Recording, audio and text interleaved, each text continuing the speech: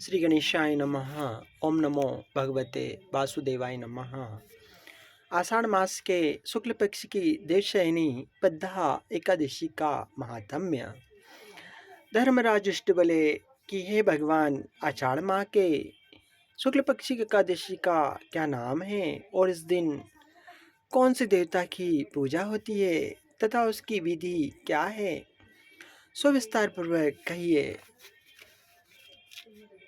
भगवान श्री कृष्ण बोले, हे राजन, एक समय नारद जी ने ब्रह्मा जी से यह प्रश्न पूछा था। इस एकादशी का नाम पद्धा है। इसके व्रत करने से विष्णु भगवान प्रसन्न होते हैं। मैं यहाँ एक पौराणिक कथा कहता हूँ, ध्यान पूर्वक सुनो। सूर्यवंशी मानदाता नाम का एक राजा था। एक समय उस राज्य में 3 वर्षों तक वर्षा नहीं हुई। इससे राज्य में अकाल पड़ गया और प्रजा अन्न की कमी के कारण अत्यंत दुखी रहने लगी।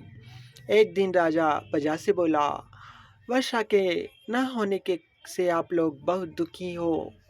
अपने राजा के पापों के कारण ही प्रजा को दुख भोगना पड़ता है। मैं बहुत सोच विचार कर रहा हूँ, फिर भी मुझे कोई अपना दोष नहीं दिखलाई पड़ रहा है। मैं आप लोगों के दुख को दूर करने के लिए बहुत यत्न कर रहा हूँ। ऐसा कहकर राजा मानदाता भगवान की पूजा कर कुछ मुख्य आदमियों को साथ लेकर वन को चल दिए। वहाँ पर ऋषियों के आश्रम में घूमते घूमते अंत में ब्रह्मा के पुत्र अंगिरा ऋषि के पास पहुँचा। राजा ने उनके सम्मुख प्रणाम कर रहा, हे महर्षि, मेरे राज्य में 3 वर्ष से वर्षा नहीं हो रही है। इससे अकाल पड़ गया है और प्रजा महान दुख भोग रही है। प्रजा के दुख को दूर करने के लिए कोई उपाय बताए लाइए।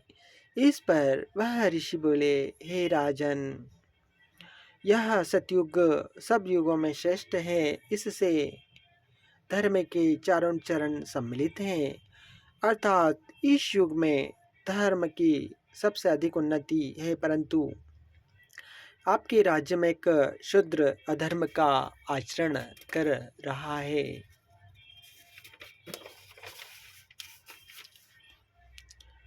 इसी दोष के कारण आपके राज्य में वर्षा नहीं हो रही है। यदि आप प्रजा का भला चाहते हो तो उस अधर्मी को मार दीजिए। इस पर राजा बोला, हे मुनीश्वरों, वह धर्मी शूद्र है और शूद्र पर मैं शस्त्र नहीं उठा सकता।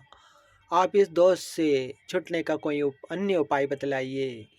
तब ऋषि बोले, हे राजन, यदि तुम ऐसा ही चाहते हो तो आषाढ़ माह के शुक्ल पक्ष की पद्धा नाम की एकादशी का व्रत विधिपूर्वक अपनी प्रजा तथा मंत्रियों सहित आदि सहित करो।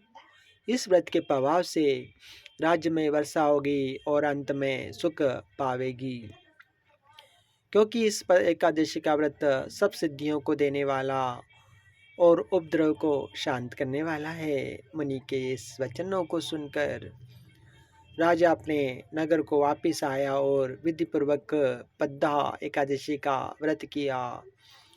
उस व्रत के प्रभाव से राज्य में वर्षा हुई। इस एकादशी को देवशयनी एकादशी भी कहते हैं। इस व्रत को करने से विष्णु भगवान प्रसन्न होते हैं। अतः मोक्ष की इच्छा करने वाले मनुष्य को इस एकादशी का व्रत करना चाहिए। चातुर्मास व्रत भी इसी एकादशी के व्रत से शुरू किया जाता है।